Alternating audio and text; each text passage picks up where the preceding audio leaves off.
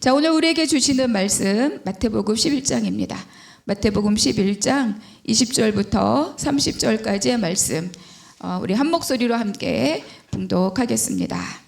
예수께서 권능을 가장 많이 행하신 고을들이 회개하지 아니하므로 그때에 책망하시되, 화 있을진저 고라시나, 화 있을진저 벳세다야, 너희에게 행한 모든 권능을 두로와 시돈에서 행하였더라면 그들이 벌써 베옷을 입고 제 앉아 회개하였으리라. 내가 너희에게 이르노니 심판날에 두로와 시돈이 너희보다 견디기 쉬우리라. 가버나움아, 내가 하늘에까지 높아지겠느냐? 음부에까지 낮아지리라. 내게 행한 모든 권능을 소돔에서 행하였더라면 그 성이 오늘까지 있었으리라. 내가 너희에게 이르노니 심판날에 소돔 땅이 너보다 견디기 쉬우리라 하시니라. 그때 예수께서 대답하여 이르시되, 천지의 주제이신 아버지여, 이것을 지혜롭고 슬기 있는 자들에게는 숨기시고 어린 아이들에게는 나타내심을 감사하나이다. 옳소이다. 이렇게 된 것이 아버지의 뜻이니이다. 내 아버지께서 모든 것을 내게 주셨으니 아버지 외에는 아들을 아는 자가 없고 아들과 또 아들의 소원대로 계시를 받는 자 외에는 아버지를 아는 자가 없느니라. 수고하고 무거운 짐진 자들아, 다 내게로 오라. 내가 너희를 쉬게 하리라. 나는 마음이 온유하고 겸손하니 나의 멍에를 메고 내게 배우라. 그리하면 너희 마음이 쉼을 얻으리니 이는 내 멍에는 쉽고 내 짐은 가벼움이라 하시니라. 아멘. 우리가 이제 11장 말씀을 시작하면서 계속 천국이 무엇이냐를 우리가 함께 나누고 있습니다. 지난주 말씀 중에서 예수님이 말씀하시는 천국은 과연 어떤 나라인가? 천국은 많은 폭행자들로부터 폭행을 당한다. 천국은 많은 자들이 그 천국이 번성하는 것을 회방하고 방해한다. 그러나 천국은 복음을 들은 자들이 다시 그 자리로 침입해 들어가면서 차지한다. 이것이 예수님이 말씀하시는 천국이었습니다. 공격당하지만 빼앗기지 않는다. 죽었지만 생명으로 다시 차지하는 나라이다. 그 가장 높은 증거가 무엇입니까? 바로 예수 그리스도의 십자가입니다. 죽으셨지만 살아나셨고 죽으셨지만 온전히 이루어내신 분, 바로 죽음으로 순환으로 승리하신 분이 바로 예수 그리스도이시고, 그것의 가장 높은 사인이 바로 예수 그리스도의 십자가인 거죠. 그래서 침노를 당하지만 천국을 살아가는 삶은 어떤 삶이다? 부흥하는 삶이라는 거예요. 그래서 천국을 경험한 자들은 이래서 공격당해서 끝난다가 아니라 그 안에 내 안에 막 살아서 역사하시는 예수님의 그 놀라운 은혜와 예수님을 경험한 그 놀라운 감사로 계속 그 삶을 살아내는 거죠. 그래서 천국을 경험한 자는 복음으로 살고 복음으로 살리고 복음으로 세우고 또한 그것을 연약한 이웃들에게 나누어 줄 수 있는 바로 그런 삶이 바로 천국을 경험한 자들의 삶이다. 이렇게 이야기할 수 있습니다. 그런데 그럼에도 불구하고 어때요? 복음에 반응하지 않는 사람들이 있다. 복음을 거부하는 사람들이 있다는 거예요. 그러니까 천국에 왔으나 천국을 거부하고 인정하지 않는 사람들이 있다. 그것이 우리가 지난주에 살펴봤던 사람들이죠. 피리를 불어도 춤추지 않고 애곡하여도 가슴을 치지 않는, 그저 다 무감각으로 살아가는 사람들, 살던 대로 살고 있는 사람들, 바로 그들이라고 말씀하셨어요. 근데 오늘 본문에도 그 천국 하나님 나라, 이 복음을 거절하고 거부하는 도시들이 있다. 이렇게 오늘 그 도시의 모습을 우리에게 말씀해 주고 있습니다. 그러니까 거절하는 것은 개인일 수도 있고 거절하는 것은 시대일 수도 있습니다. 근데 생각해보면 요즘의 시대는 어때요? 복음을 넉넉히 받아들이는 시대가 아니에요. 오히려 복음 안에 있다가도 이게 아닌가 보다 하고 세상으로 뛰쳐나가는 거를 당연하다, 그것이 인권이다, 그것이 존중이다, 그것이 취향이다, 오히려 이러면서 나가는 삶, 뛰쳐나가는 삶을 오히려 인간답다라고 가르치고 있는 세대가 바로 이 세대인 거죠. 개인이 거절하기도 하고 시대가 거절하기도 한다. 그래서 오늘 첫 번째 우리에게 보여주시는 것은 회개하지 않는 도시들입니다. 20절 우리가 한번 같이 읽겠습니다. 시작. 권능을 가장 많이 행하신 고을들이 회개하지 아니하므로 그때 책망하시되. 그래서 이 20절부터 쭉 나오는 도시들이 있어요. 잠깐 지도 볼까요? 잘 보일지 모르겠네. 네, 제가 일부러 동그라미 했는데 지금 벳세다, 고라신, 가보나움 이 도시는 다 어디에 주변에 있어요? 갈릴리 호수 주변에 있는 도시들입니다. 그 두로와 시도는 지중해 해안가에 있는 이방 도시들이에요. 그러니까 지금 이 예수님의 예를 들어서 말씀하시고 선포하시는 이 도시들의 가장 큰 특징은 뭐냐? 이 세 개 도시의 특징은 바로 갈릴리 주변에 있다는 겁니다. 갈릴리 주변. 갈릴리가 어디입니까? 예수님이 가장 많이 사역하시고 예수님이 가장 많이 다니시고 예수님이 가장 많이 계셨던 곳이 바로 이 갈릴리예요. 자, 첫 번째, 그래서 고라신과 벳세다에 대해서 무엇이라고 말씀하시는가? 21절 같이 읽겠습니다. 시작. 화 있을진저 고라시나 화 있을진저 벳세다야 너에게 행한 모든 권능을 두로와 시돈에서 행하였더라면 그들이 벌써 베옷을 입고 재에 앉아 회개하였으리라. 아까 지도에서 잠깐 봤지만 뭐 고라신, 뭐 가버나움, 벳세다 다 갈릴리 주변에 멀지 않은 곳에 위치해 있는 곳이 바로 이 고라신이고 벳세다도 마찬가지입니다. 그리고 바로 이 벳세다는 뭐냐? 예수님의 제자 시몬과 안드레와 베드로가 바로 이 벳세다 출신이에요. 그래서 요한복음 1장에 보면 그들을 부르고 그들은 벳세다 어부였다라고 나옵니다. 그러니까 제자들을 부른 곳, 제자들을 콜링했던 도시가 바로 이 벳세다입니다. 그러니까 예수님은 이곳에서 제자를 부르셨어요. 그리고 예수님은 이곳에서 권능을 행하셨죠. 그럼에도 불구하고 이 도시는 어떻다? 반응하지 않았다. 그리고 회개하지 않았다. 근데 이 도시들과 예수님이 누구를 비교하느냐? 바로 두로와 시돈을 비교하시면서 이 도시들 아까 우리가 지중해 해안에 위에 이렇게 있었던 도시잖아요. 이 두로와 시돈은요. 여러분 두로 그럼 뭐가 생각나요? 두로 왕 히람. 솔로몬이 왕궁이 아니라 뭐죠? 성전을 건축할 때 백향목 나무를 막 이렇게 제공했던 그만큼 부요하고 선박 기술이 좋고 백향목 나무가 풍성하고 막 무역이 성행했던 그런 도시가 바로 이 두로입니다. 그러니까 굉장히 부요해요. 시돈도 마찬가지. 두로와 시돈은 거의 쌍으로 다녀요. 하나님이 이들을 심판을 예언하실 때도 쌍으로 묶어서 예언하시는 곳이 바로 이 두로와 시돈입니다. 그리고 이 두 도시는 바알, 아세라 이런 이방신을 섬기는 도시가 바로 이 도시들이에요. 그래서 여러분 우리가 선지서를 읽다 보면 예언서를 읽다 보면 이사야서 그리고 에스겔서에서는 이 두 도시에 대한 심판의 예언이 한 줄이 있는 게 아니야. 23장 통째로 이 도시에 대한 경고입니다. 에스겔은 26, 27, 28 막 서너 장의 통째로 이 도시를 경고해요. 그러니까 이 도시가 얼마나 악한 도시였는가를 이미 이 유대인들은 어때요? 알고 있죠. 그런데 그럼에도 불구하고 예수님은 이 두 도시가 내가 너희들에게 행했던 그 이적과 권능을 보았다면 이들이 벌써 무릎 꿇었을 것이다. 그 악한 도시들도 무릎을 꿇었을 것이다. 그런데 너희들은 그렇지 않는구나. 그들이 경험했다면 나의 이적과 나의 권능을 경험했다면 그들이 벌써 회개했을 것이다. 그런데 고라시나 벳세다야 너희는 회개하지 않는구나. 그러니까 화 있을진저 이렇게 예수님이 말씀하는 거죠. 두 번째 가버나움입니다. 한번 23절 읽어볼게요. 시작. 가버나움아 내가 하늘에까지 높아지겠느냐 음부에까지 낮아지리라. 내게 행한 모든 권능을 소돔에서 행하였더라면 그 성이 오늘까지 있었으리라. 여러분 가버나움은 예수님의 사역의 본거지입니다. 본거지. 그러니까 예수님은 베들레헴에서 나시고 나사렛에 계시다가 사역을 시작하고 주로 머물렀던 곳이 어디냐면 이 가버나움이에요.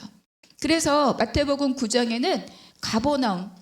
그래서 거라사 광인을 하고 예수께서 본 동네에 이르셨다 이렇게 이야기. 거기가 바로 뭐냐면 바로 이 가버나움입니다. 그러니까 본 동네. 성경에서 마태복음 복음서 읽다가 본 동네 그럼 어디 생각하면 돼? 가버나움.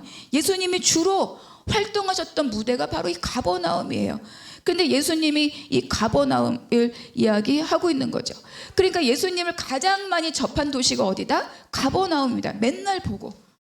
그래서 이 가버나움에서 그 중풍병자 고치고 마태를 부르고 여기입니다. 그런데 어떻다? 바로 가장 많이 예수님의 기적과 권능을 경험했지만, 그러니 이 도시를 예수님이 누구랑 비유한다? 소돔과 비유를 합니다. 성경에 나온 도시 중에 가장 타락하고 가장 악하고 하나님이 불과 유황으로 진멸하신 곳이 어디냐? 그곳이 바로 소돔이에요. 그러니까 그것보다 더 악하고, 너희가 바로 더 높아지려 하느냐? 너희가 높아지려고 하느냐? 아니다. 너희들은 낮아질 것이다. 이렇게 주님이 말씀하시는 거죠.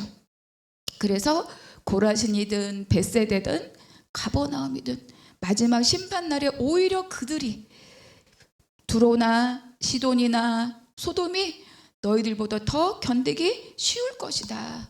이렇게 말씀하는 거죠. 그러니까 얼마나 안타까운 일입니까?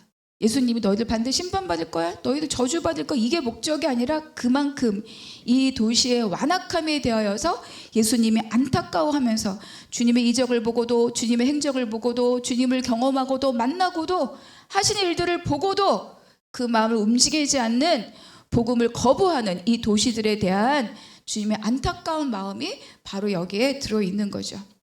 그러니까 예수님과 복음을 거절하는, 그리고 오히려 하나님 나라를 폭행하여 빼앗으려고 하는 이들의 마음의 가장 본질적인 태도는 뭐냐? 그것이 바로 교만이라고 이야기하는 거예요.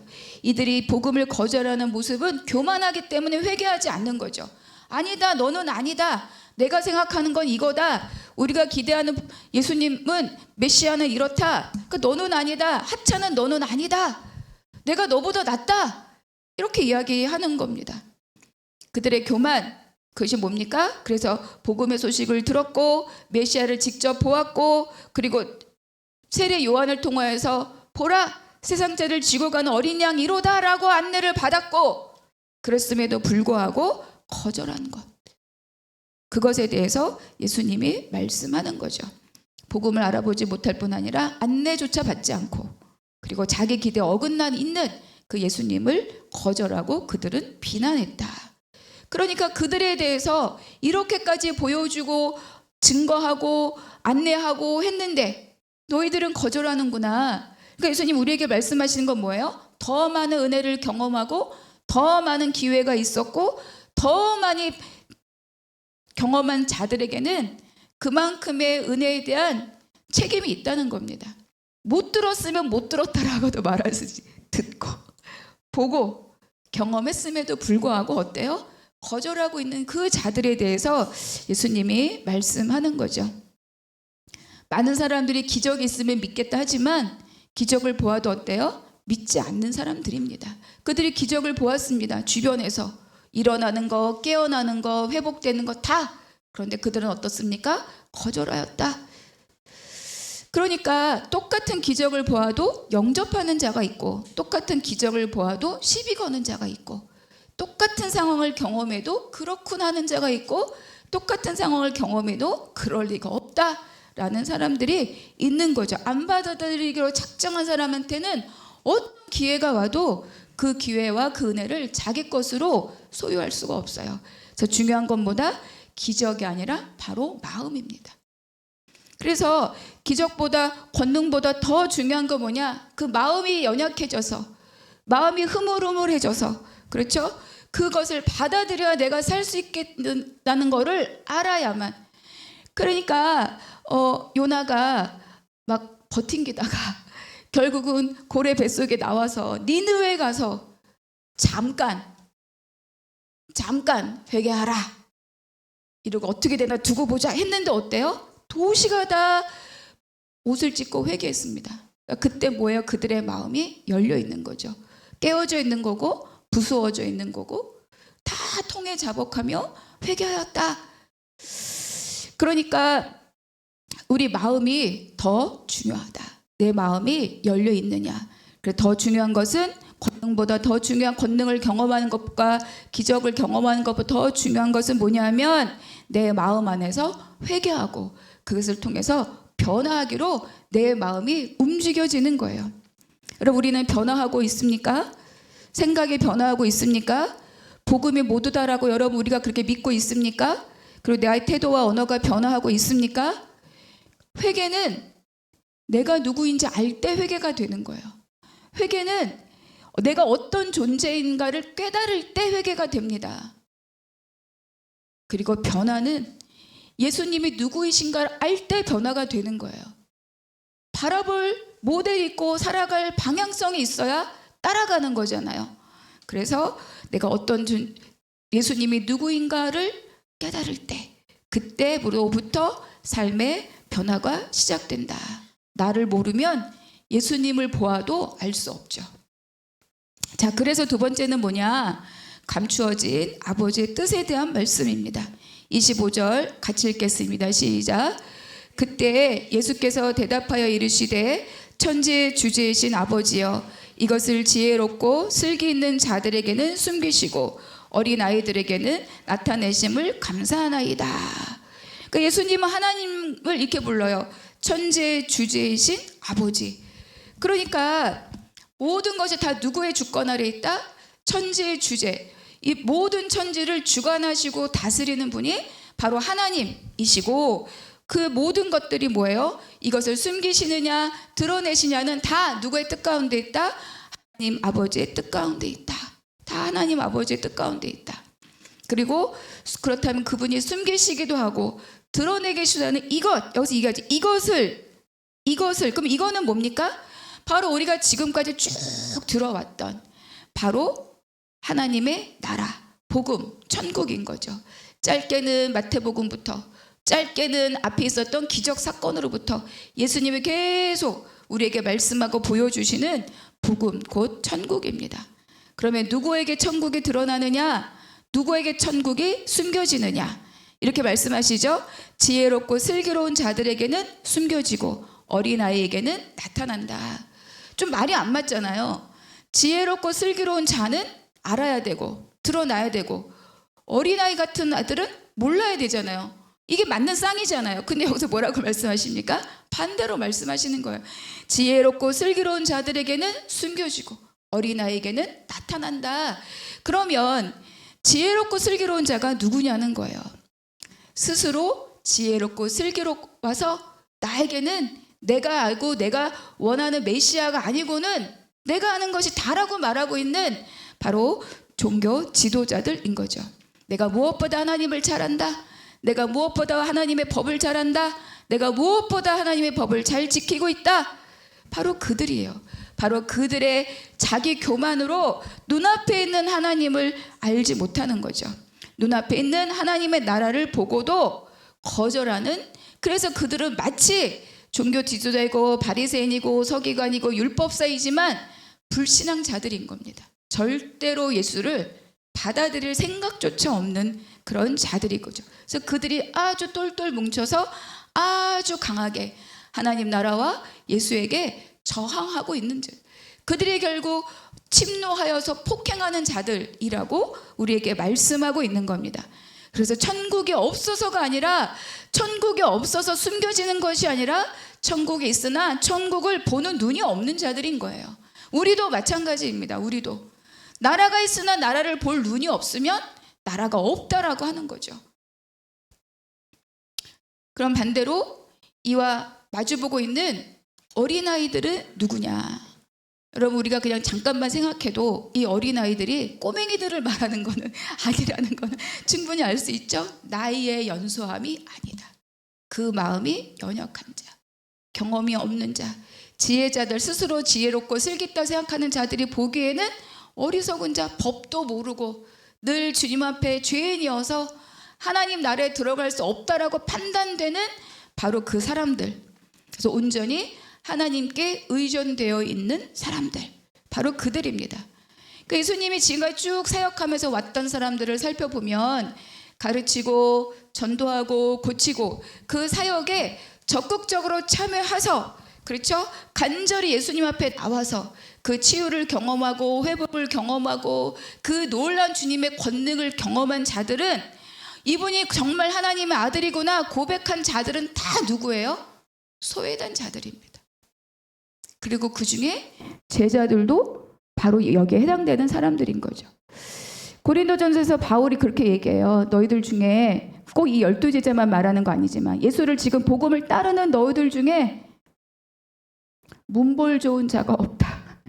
지혜로운 자가 많지 않고 문볼 좋은 자가 많지 않다 이렇게 말합니다. 그러니까 나의 것으로 꽉 차 있어서 나의 스펙이 짱짱한 사람들 그것이 무너지기까지 어때요? 하나님을 경험하기가 어렵다. 그거를 이렇게 이야기해요. 그래서 뭐 지식이 높고 스펙이 좋은데 예수 믿는 사람들을 비난하는 게 아니라 여기서 바로 그 종교 지도자들을 빗대어서 예수님이 이렇게 말씀하는 거죠. 심령이 가난한 자들 오직 주님밖에 없다. 내 삶에 주님밖에 없다라고 하나님을 갈망하는 자들 그들에게 어때요?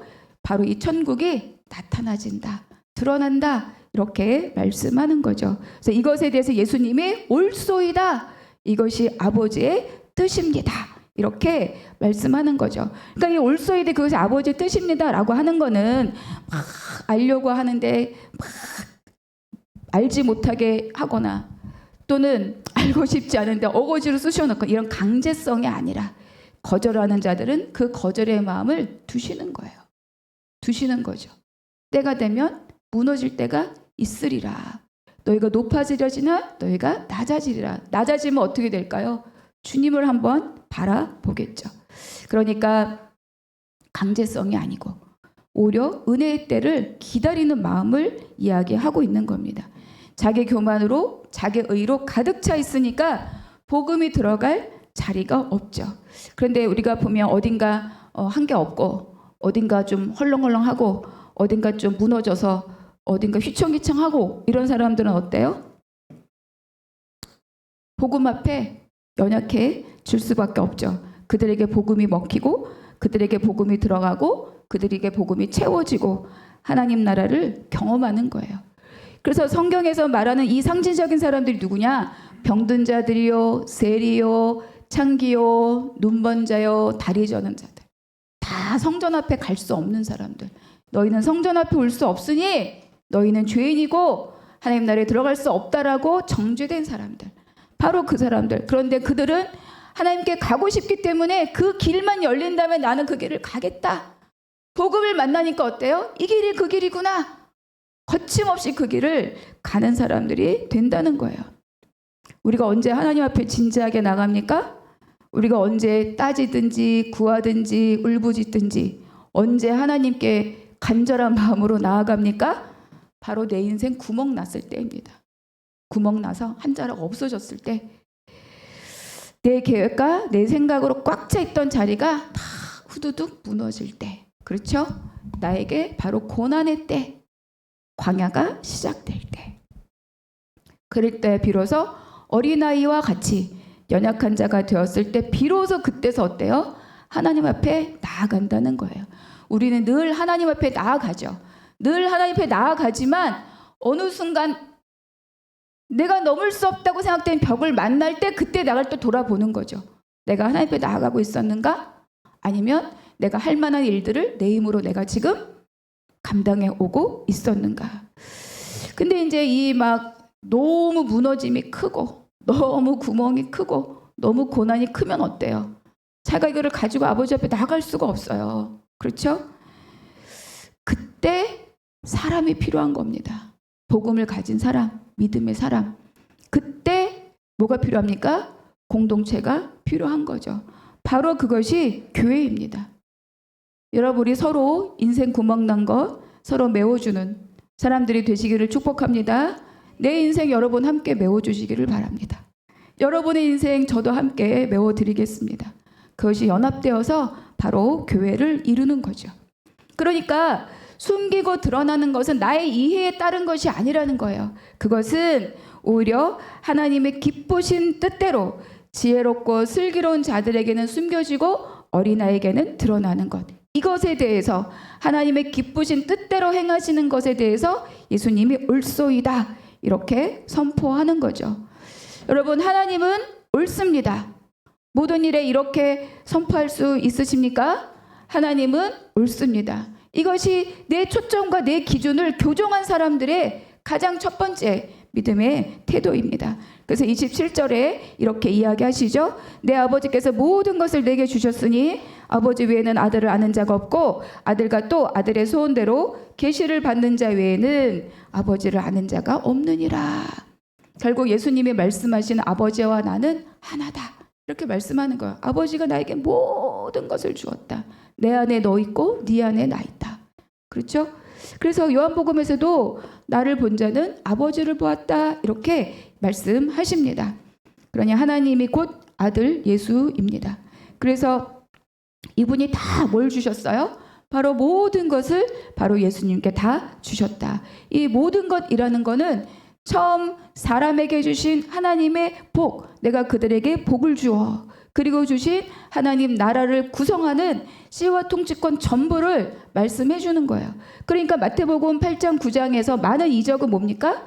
이적이 아니라 그 씨와 통치권을 다 회복시켜서 그들의 신분을 하나님 나라의 백성으로 그들의 관계를 공동체 일원으로 다 원위치시키잖아요. 죄인이 아니라 하나님의 백성이다. 격리되어 따로 떨어져 살아야 될 자들이 아니라 함께 있을 자들이다. 이렇게 회복시키는 겁니다. 그래서 하나님은 예수님은 또 누구에게? 예수님 자신과 예수님께서 하나님을 계시하려고 부르는 모든 자들. 첫 번째는 제자요. 그리고 두 번째는 지금 그 부르심을 따라가고 있는 우리들 모든 세대의 그리스도인들을 우리에게 의미하는 거죠. 그래서 그 예수님이 이제 어떻게 합니까? 부르시는 거예요. 예수님이 초청하는 겁니다. 어떻게 초청하느냐? 세 번째, 멍에와 쉼으로 우리를 초청합니다. 아까와 마찬가지 멍에와 쉼은 어때요? 반대 개념입니다. 그렇죠? 우리 생각에 멍에를 매는 것은 고난이요 고통이요. 쉬는 것은 뭐예요? 멍에를 벗는 거잖아요. 그러니까 이 말씀 안에는 뭐가 있느냐? 바로 우리가 처한 삶의 현실에 대한 예수님의 통찰이 들어있죠. 첫 번째, 수고하고 무거운 짐이라고 말씀하십니다. 우리가 28절 같이 읽겠습니다. 시작. 수고하고 무거운 짐진 자들아 다 내게로 오라. 내가 너희를 쉬게 하리라. 이거 예수님 믿지 않는 사람들, 세상 사람들도 너무 많이 잘 알고 있는 교회마다 많이 이렇게 크게 붙어 있기도 하고, 심지어는 버스 이 옆구리에 홍보물에도 교회를 홍보할 때 많이 붙어 있어요. 뭐 전철 막. 그러니까 이게 흔한 말이지만 또 한편 어때요? 예수님이 정말 하시고 싶은 중요한 말씀이기도 한 거죠. 그러니까 여기서 수고하고 라는 말은 스스로라는 말이 있어요. 스스로 진 짐. 내가 스스로 갖고 온 짐. 그래서 나의 죄로 인해서 나에게 지은 짐. 또는 나의 의지로 갖고 온 짐. 또 나의 책임감. 또 나의 어떤 무엇 때문에 내가 진 짐들. 이런 것들을 수고하고라고 이야기합니다. 무거운이란 말은 어떤 뜻이냐? 타의에 의해서 지워진 짐. 수동적인 거예요. 내가 원치 않으나 환경 때문에 지게 된 짐. 이런 모든 것들을 바로 무겁다 이렇게 이야기합니다. 그러니까 수고하고 무거운 짐을 진 자들이라고 하는 거는 인생은 누구나 다, 사람은 누구나 다 짐이 없는 자가 없다는 거죠. 자기로 인해서 지어진 진 짐이든 타의에 의해서 환경에 의해서 어쩔 수 없이 진 짐이든 모든 환경을 고난의 짐이든 모두가 다 짐을 지고 고난의 짐을 지고 살아가는 삶이다. 여러분, 짐이 없고 고난이 없는 인생은 없습니다.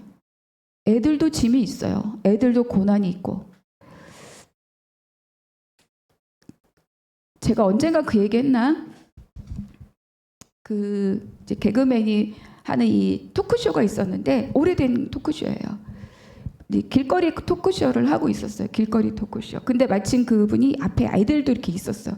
그래서 정말 이 토크쇼를 하는 이 개그맨이 진짜 뭐 아무 생각이 없었겠죠. 또 너 몇 살이니? 뭐 하니? 했더니 유치원 다니는 아이예요. 근데 이 사람이 이렇게 물어봤어. 너는 요즘 뭐가 제일 고민이니? 이렇게 물어봤어요. 근데 아이가 이렇게 대답해요. 엄마가 나한테 물어보지도 않고 밥을 물에 말아줘요. 애가 그렇게 얘기해.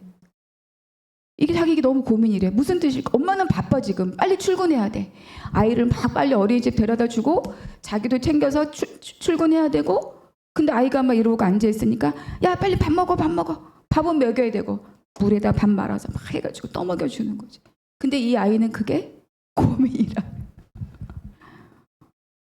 근데 이게 사실 우리 관계 속에도 있을 수 있는 다 고민이에요. 표현은 이렇게 됐지만 나는 이것 때문에 이렇게 해야 되는데 어떤 사람은 이것이 어때요? 고민이고 고난이고 어려움도 있을 수 있죠. 저는 오래전에 그거를 봤는데 너무 저한테는 좀 신선하기도 하고 충격적이기도 하고 많은 것들을 생각하게 하는, 사람들이 다 웃었어요. 왜냐면 그게 길에 사는 그런 거였기 때문에. 근데 저는 그거를 막 오래도록 기억을 하게 되더라고요. 누구나 다 내가 보기엔 하찮죠. 엄마가 보기에는 밥에 물 말아주는 게 왜 고민이 돼요? 빨리 먹고 가야 되니까. 굶고 가는 것보다 낫지 않니? 이렇게 얘기할 수 있는데 아이는 그게 너무 큰 고민이라고 이야기를 하는 겁니다. 그래서 누구든지 다 고생과 고민과 고난이 있죠.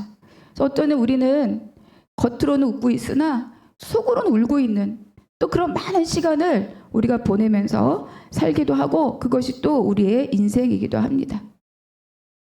그런데 예수님 이렇게 말씀하시죠. 누구든지 다. 여기서 보면 진진자들아 다. 이 짐 빼고 저 짐 빼고 요 짐만 오고 저 짐만 오고가 아니라 다 내게로 오라 말씀하시죠. 그 누구든지 다 활짝 열려있는 예수님의 초청, 예수님의 나라로 들어오는 구원의 문입니다. 우리가 성막을 배웠잖아요. 성막의 가로는 50규빗이에요. 그렇죠? 그런데 그 중에 동쪽에 있는 유일한 문의 길이가 이 폭이 얼마다? 20규빗. 그러니까 문이 넓어요. 반 정도를 차지할 만큼. 이 벽의 반이 문이라는 거예요. 넓은 문인 거죠. 예수님이 우리를 부르시는 초청의 문은 제약이 없고 옵션이 없고 조건이 없다. 누구든지. 제가 레위기를 읽을 때도 보면 제일 많이 은혜 받는 한 구절이 바로 누구든지입니다. 누구든지 여호와께 예물을 드리려거든. 그러니까 법은 가르지 않았다는 거예요. 하나님의 법은. 여자는 된다, 안 된다. 남자는 된다, 안 된다. 전체적인 법의 총괄적인 의미는 누구든지 여호와께 예물을 드리려거든. 다 오라는 거죠. 다 내게로 오라. 이렇게 말씀하는 겁니다. 그래서 저도 여러분도 결격사유 따지면 많이 걸려들겠지만 하나도 다 개념할 필요 없이 다 어디로 간다? 바로 예수님의 초청, 그 문 안으로 우리가 들어갈 수 있다. 근데 이제 예수님이 지금 초청하고 있는 이 대상들을 우리가 좀 살펴봐야 되죠. 이 초청 앞에 선 사람들이 누구냐? 그 현장은 저와 여러분이 아니라 누구예요? 유대인들이에요. 유대인들. 그렇죠? 그러니까 유대인들이 지고 있는 무거운 짐이 뭐냐? 가장 중요한 첫 번째가 뭐냐면 바로 율법입니다. 율법. 제가 몇 주 전에도 설교 중에 잠깐 말씀을 드렸는데 유대인들이 율법으로부터 완전하게 자유하게 될 때는 언제냐면 죽은 이후입니다. 죽을 때까지는 계속 율법에 매임을 당하는 거죠. 근데 원래 율법이 그렇게 잔혹한 것이 아니잖아요. 죽을 때까지 목매는 게 율법이 아니라는 거예요. 원래 율법은 죄인인 인간이 하나님 앞에 나아가야 되는데 죄인이니까 못 나가잖아요. 하나님은 공인데 나는 죄인이니까. 죄인인 인간이 하나님 앞에 나아갈 수 있도록 하나님 앞에서 길을 열어준 게 율법이고 제사인데, 그런데 그것이 변질되어서 이들을 갉아먹는 무거운 짐이 되었다. 그 짐을 지은 자들이 누구냐? 바로 스스로 지혜롭고 슬기롭다고 말하는 바로 그들이라고 예수님 말씀하십니다. 마태복음 23장 말씀 한번 같이 읽어보겠습니다. 시작. 또 무거운 짐을 묶어 사람의 어깨에 지우되 자기는 이것을 한 손가락으로도 움직이려 하지 아니하면. 그러니까 그들이 이거를 묶어서 사람들한테 얹어주고, 그리고 자기는 어때요? 하나도 여기에 참여하지 않는 사람들이라는 거예요. 그러니까 이 지금 주님 앞에 나와 있는 이 유대인들은 그들이 짐지워진 그 짐에 묶여서 정말 법으로 보여주신 하나님의 사랑과 은혜를 누리지 못하고 쉼과 평안을 누리지 못하고 고생하고 기진하며 살고 있다. 이것이 예수님이 지금 초청하고 있는 그 대상들에 대한 말씀이죠. 그렇다면 지금 지금 우리가 지고 있는 그 짐은 뭐냐? 우리가 벗으려도 벗을 수 없는 우리의 짐은 뭐냐? 그것은 바로 죄입니다. 로마서 3장의 말씀 같이 읽겠습니다. 시작. 모든 사람이 죄를 범하였음에 하나님의 영광에 이르지 못하더니. 우리가 갖고 있는 인생의 모든 어려움들, 짐들, 고난, 고민, 상실, 고통 다 광야라고 표현해도 좋고, 그것은 다 뭐예요? 하나님을 떠나 있는 죄로부터 출발된 것들이죠. 그러니까 그로 인해서 드러나는 것들이, 그 죄로 인해서 가지를 뻗어 맺어가는 것들이 우리가 인생에서 살면서 지고 가는 수고의 짐입니다. 이것 따로가 아닌 거죠. 하나님 동산에 함께 거함에 있던 아담이 수고하고 무거운 짐진 자들에 속할 리가 없어요. 그러니까 하나님께서 하나님께 찾아오라고 열어주신 생명의 길이 이들 유대인들에게는 왜 무거운 짐이 되었느냐? 왜 수고의 짐이 되었느냐? 바로 그것을 가르치고 그것을 묶어놓은, 스스로 지혜롭다고 여긴 그들이 곧 누구이기 때문에? 죄인이기 때문에. 그들이 죄인이기 때문에 바로 이 율법을 생명의 길로 가르쳐주지 못하고 이 율법을 의로, 자기 인간의 의를 드러내는 방법으로 변질시켰기 때문에 바로 그 하나님이 주신 생명의 길이 무거운 짐이 된 거죠. 근데 그들은 그걸 몰라요. 그래서 자기들이 슬기롭고 자기들이 지혜롭다. 그래서 그들이 뭐예요? 하나님 나라를 거부하는 거죠. 그래서 죄라는 것은 뭐냐? 하나님 아는 것을 대적하여 높아진 모든 것들을 죄라고 합니다.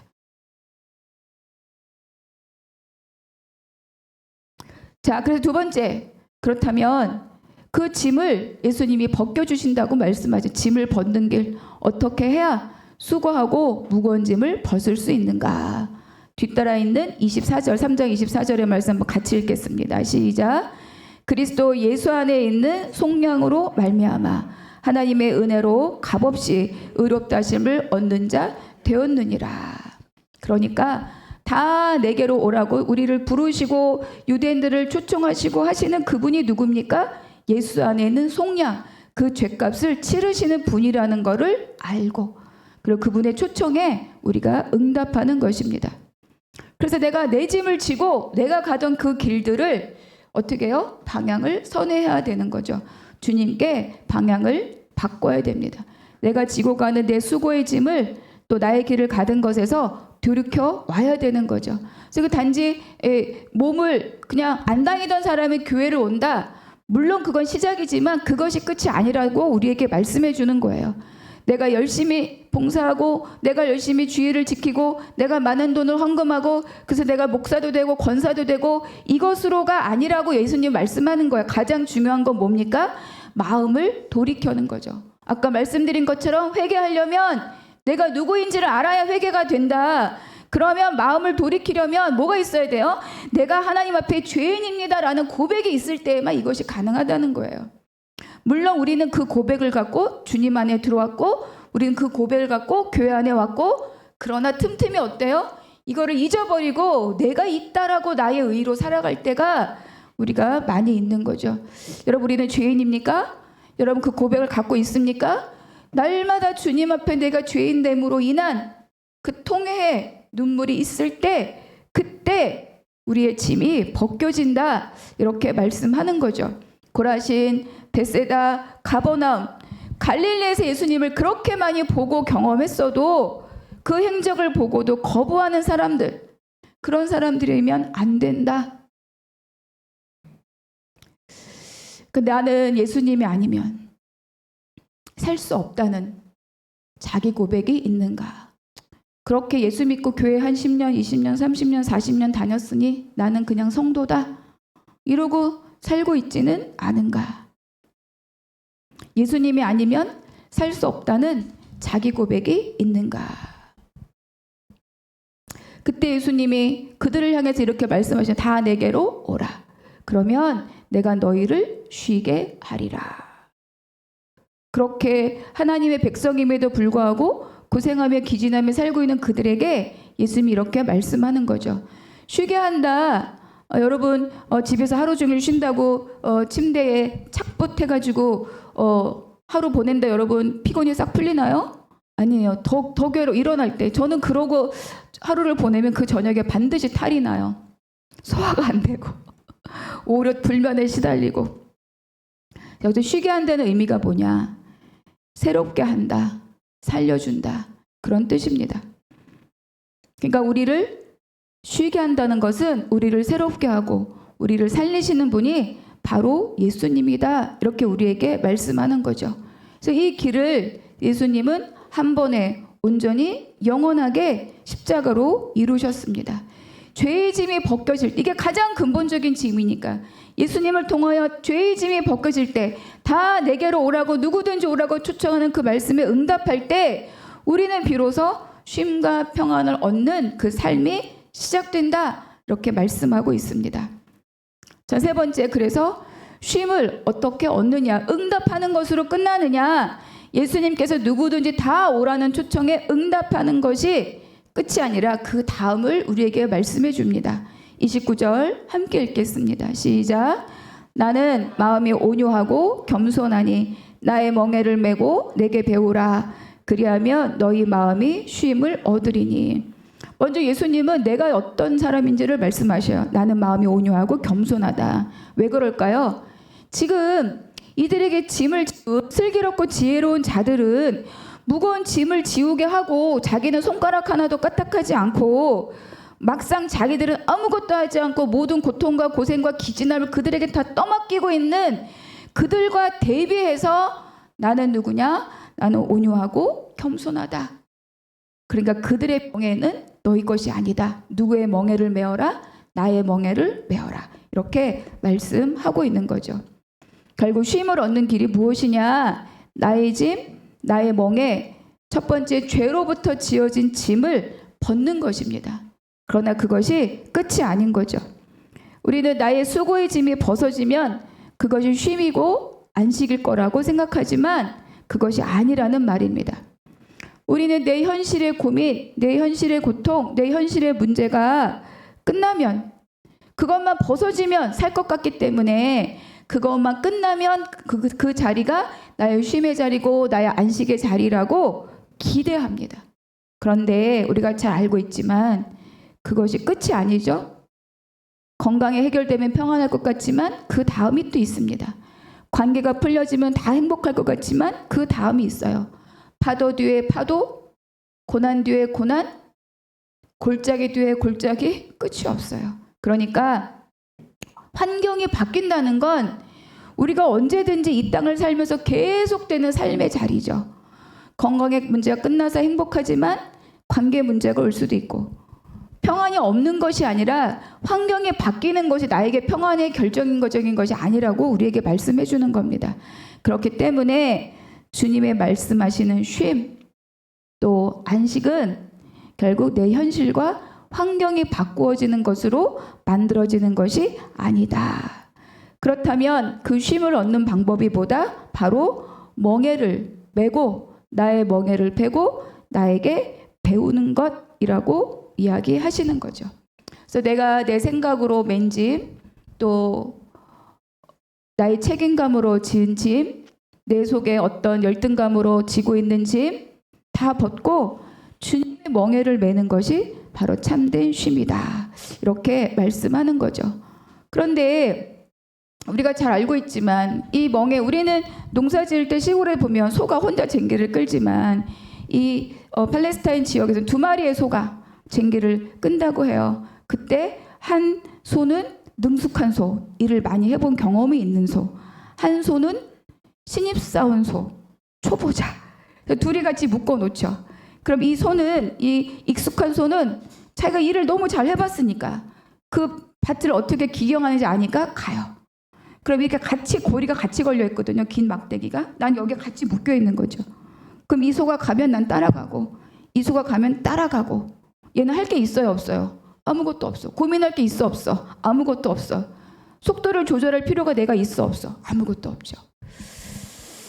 그러니까 그 신입사원 소는 경력사원 소가 가는 대로 따라가기만 하면 자기 몫을 어때요? 다 한다. 그러니까 나의 멍에를 메고 나에게 배우라. 그러니까 주님이 한 발 가면 우리도 한 발 가고, 주님이 서 계시면 우리도 서 있고, 그래서 주님이 말씀하신 대로 우리도 그대로 따라가면 된다는 거죠. 그냥 내가 고민할 게 없다는 거예요. 그런데 주님께 초점을 맞추고 주님이 말씀하신 대로 따라가는 내 삶의 모양이 뭐냐면 그게 자기 십자가인 거예요. 예수님도 십자가 지셨으니 나도 내 십자가 지고, 예수님은 단번에 온전히 영원하게 이루셨는데 나는 날마다 나를 부인하면서 그 십자가를 지고 주님의 걸음에 맞추어 내가 따라가는 거죠. 그래서 주님의 멍에를 메고 배우라. 그건 어떤 의미가 있느냐? 조율하는 것입니다. 그리고 주님께 맡기는 거예요. 우리가 보면 엄마의 손에 아이가 이끌려서 갈 때 이 아이가 막 전철 몇 호선 타야 되는지, 버스 몇 번으로 환승해야 되는지 고민합니까? 안 합니까? 안 하죠. 그냥 엄마 손에 매달려 있기만 하면 이 아이는 자연스럽게 목적지에 갑니다. 엄마의 보폭에, 아이의 보폭에 엄마가 맞춰주고, 아이는 엄마의 걸음에 따라가고. 그러니까 우리가 하나님이 안식일을 주시면서 아무 일도 하지 말라, 아무것도 하지 말라고 말씀하시잖아요. 바로 이거인 거죠. 6일의 삶 가운데 세상의 속도에 따라갔던 나의 삶의 속도, 세상의 생각에 쫓아갔던 나의 생각의 방향, 그리고 또 모든 것들을 어때요? 다시 씻어내고 하나님께 초점을 맞추어서 리뉴얼 되는 겁니다. 세상 때를 잔뜩 묻히고 있던 삶이 다시 안식일 하루를 온전히 주님과 함께 동행하면서 다시 초점을 정리를 하는 거죠. 다시 필요 없는 거 잘라내고. 그래서 안식일 영성가가 이렇게 이야기했어요. 참된 안식은 내 존재가 하나님의 존재에 조율되는 것이다. 그래서 방향이 맞고 속도가 맞고 보폭이 맞고, 그래 편안해지는 거잖아요. 좋은 길을 가는데 목표지가 있는데 속도가 맞지 않으면 부대끼잖아요. 그래서 바로 안식일을 지키라고 하는 것은 내 존재가 하나님의 존재에 조율되는 것이다. 그래서 내가 하나님께 조율되려면 내 것을 버려야죠. 내 것을 지고 갈 수가 없어요. 그래서 너의 멍에를 내려놓고 나의 멍에를 메고 내게 배우라. 그래서 이 안식이 바로 주님이 우리에게 주시는 쉼이다. 그래서 주님이 이렇게 우리에게 말씀하십니다. 마지막 30절 함께 읽겠습니다. 시작. 이는 내 멍에는 쉽고 내 짐은 가벼움이니라. 짐을 지는 방법을 바꾸면 어때요? 짐이 가벼워집니다. 짐의 종류를 바꾸면 짐이 가벼워지죠. 우리가 뭐 이런 거 하나 우리가 들려면 막 남자 3명 4명 달라붙어도 냉장고 하나 옮기기가 힘든데, 이삿짐센터 분들은 어때요? 한 분이 탁 어깨에 짐지면 끝나요. 그러니까 뭡니까? 내 멍에는 쉽고 내 짐은 가볍다. 그러니 내 멍에를 메고 내게 배우라. 그래서 진정한 우리의 안식은 나의 속도나 나의 방향이 아니라 주님께 나이가 초점을 맞추고 주님께 조율하여서 주님이 주시는 그 에너지로 그것을 우리가 함께 가는 것이다. 이렇게 말씀하고 있습니다. 그럴 때 우리가 독수리 날개침같이 비상하고 지치지 않고 하나님 나라에 주께서 부탁하신 그 사명에 우리가 함께 갈 수 있다. 이렇게 우리에게 말씀해주고 있습니다.